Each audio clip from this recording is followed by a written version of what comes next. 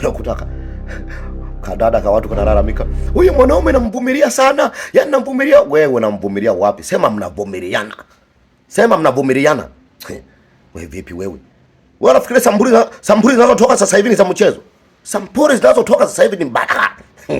Wewe sema mnavumiliana, sampuli za moto.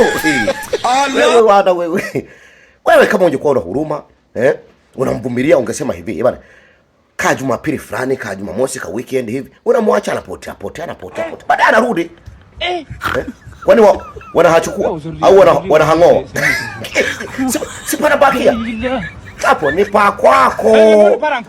Hapo ni pa kwako. Sasa utalalamika bure tu. Wa kumlaumu nani?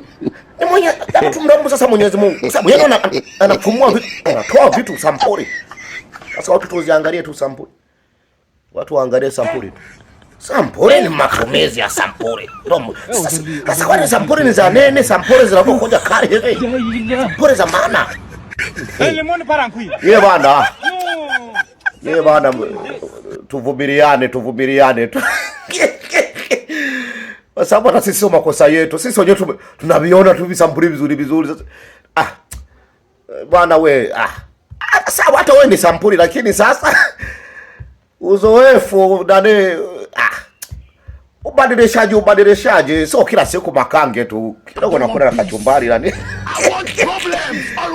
Mama Njere kila kiona hii clip, God have mercy upon us, nimejiingiza kwenye matatizo mazito. Lakini tuambie ukweli bana, sampuli zinatoka sasa hivi za moto sana.